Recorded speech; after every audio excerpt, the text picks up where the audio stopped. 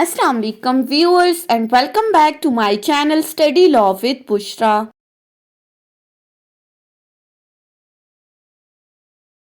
So we were discussing Constitution of Pakistan 1973. We had discussed up till Article 12. In this video we are going to discuss Article 13 and Article 14 of Constitution. But before starting the discussion, I request you all to please subscribe to my channel and don't forget to press the bell icon for latest updates. Do share this video with your friends and don't forget to comment your feedback. So let's move towards the discussion. अपनी last video के अंदर हमने article 11 और 12 को discuss किया था। Article 11 में हमने कहा था कि स्लेवरी जो है वो फॉरबिडन है और पाकिस्तान के अंदर कोई भी लॉ ऐसा नहीं बनाया जाएगा जो स्लेवरी को इंट्रोड्यूस करा सके।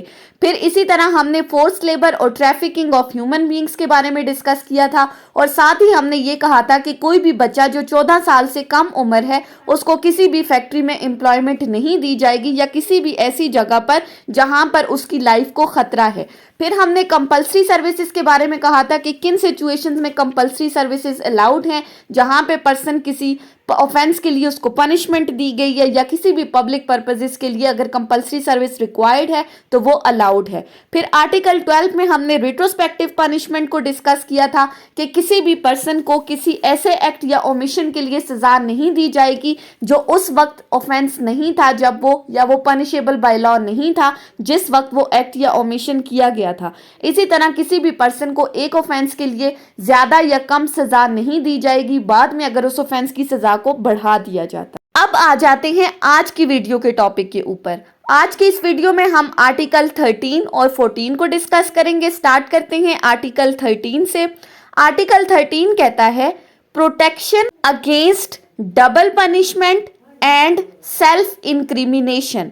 अब आर्टिकल 13 के अगर हम टाइटल को देखें तो इस टाइटल में हमें दो चीज़ों के बारे में बताया गया है कि इन दो चीज़ों से रिलेटेड ये आर्टिकल हमें प्रोटेक्शन दे रहा है, double punishment and self incrimination. सबसे पहले हम देखते हैं कि इन वर्ड्स का मीनिंग क्या है। डबल पनिशमेंट तो नाम से ही जाहिर हो रहा है, 2 बार सजा देना।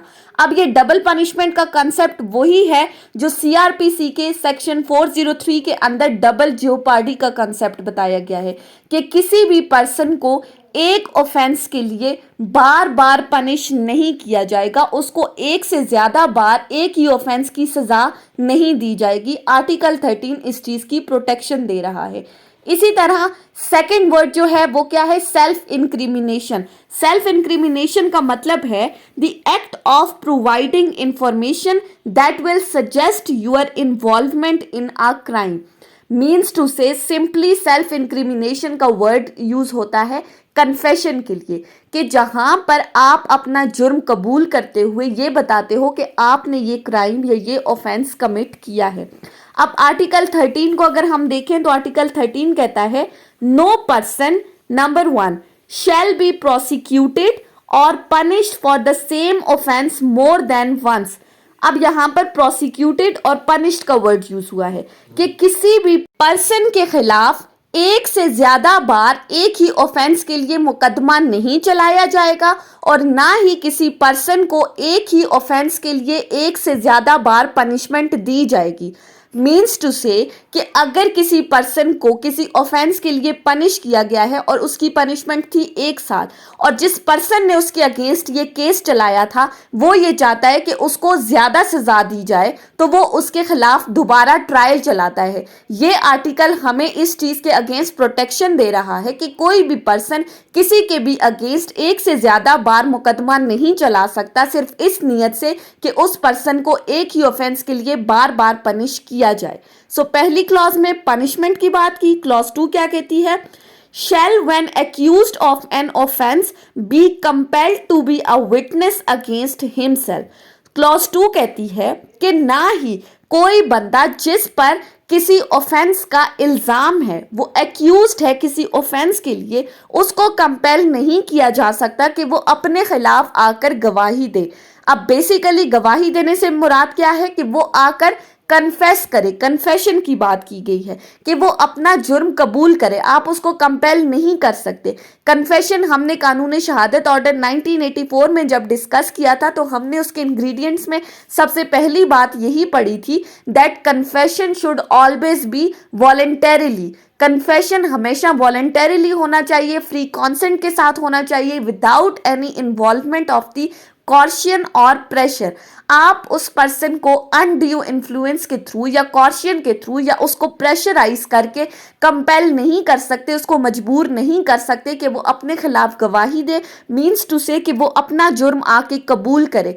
आर्टिकल 13 इस चीज के अगेंस्ट प्रोटेक्शन प्रोवाइड कर रहा है। क्लॉज 1 में हमें क्या कहा है कि किसी भी पर्सन के खिलाफ एक से ज्यादा बार मुकदमा नहीं चलाया जाएगा और ना ही किसी पर्सन को एक से ज्यादा बार किसी ऑफेंस के लिए पनिश किया जाएगा। सेकेंडली, आप किसी भी पर्सन को कंपेल नहीं कर सकते कि वो अपने खिलाफ आकर गवाही दे, अपने केस में कन्फेशन करे।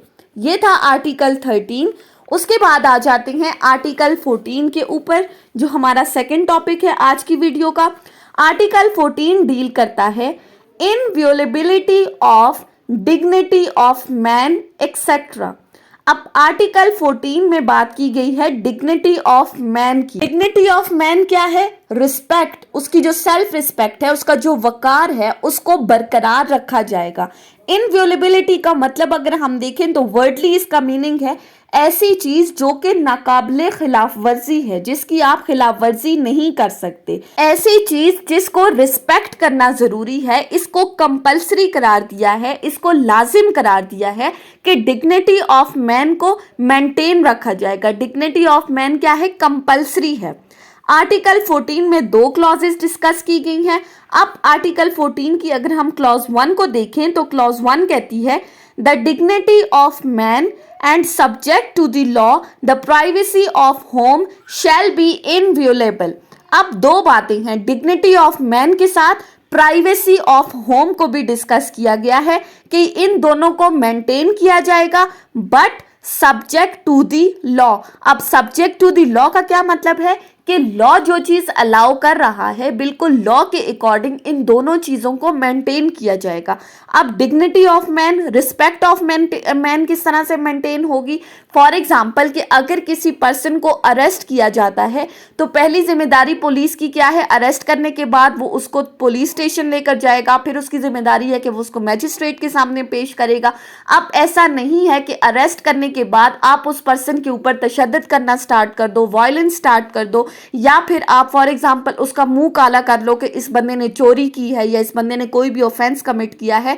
सो dignity of man subject to the law maintain की जाएगी। अगर आपने उस पर्सन को अरेस्ट किया है तो अकॉर्डिंग टू लॉ करोगे, आप अपनी मर्जी से उस पर्सन की डिग्निटी को वायलेट नहीं कर सकते। अब सेकेंडली, प्राइवेसी ऑफ होम, जो प्राइवेसी है घर की, उसको मेंटेन किया जाएगा। फॉर एग्जाम्पल अगर आप किसी पर्सन के घर को सर्च करने के लिए जा रहे हो जहां पर आपको लगता है कि कोई मुल्जिम पनाह ले रहा है जिस घर में, तो you must go with the search warrant. आप सर्च वारंट के साथ जाओगे ताकि उसकी प्राइवेसी डिस्टर्ब ना हो उस घर की। अब secondly, no person shall be subjected to the torture for the purpose of extracting evidence. Second clause में कहा गया है कि किसी भी पर्सन के ऊपर आप सिर्फ इस बिना पर टॉर्चर नहीं कर सकते, उसको सिर्फ इस बिना पर तशद्दुद नहीं कर सकते कि आपका मकसद क्या है कि आप उससे कोई एविडेंस निकलवा सको, कोई सबूत निकलवा सको। फॉर एग्जाम्पल, जब पुलिस रिमांड पर किसी भी मुल्जिम को लेती है for the purpose of completing investigation, तो इसका ये मतलब नहीं है कि पुलिस रिमांड में उसको ले चुकी है फिजिकल रिमांड पे तो वो उस पर तशद्दुद करना स्टार्ट कर दे ताकि उस बंदे से सच्चाई उगलवाई जा सके। पुलिस का पर्पज क्या है रिमांड का? कि उसने सिर्फ अपनी तफ्तीश मुकम्मल करनी है। ऐसा नहीं है कि वो उस पर वायलेंस करना शुरू कर दे ताकि उनको सच पता चल सके। सो ये थी हमारी आज की डिस्कशन आर्टिकल 13 और आर्टिकल 14 के ऊपर। सो आई होप कि आपको ये लेक्चर समझ में आया होगा अगर आपने इस वीडियो को अटेंटिवली सुना है तो। अगर आपको ये वीडियो अच्छी लगी है तो इस वीडियो को लाइक करें, कमेंट करें और चैनल को जरूर सब्सक्राइब करें। Thank you so much for watching this video. Till then, अल्लाह हाफिज।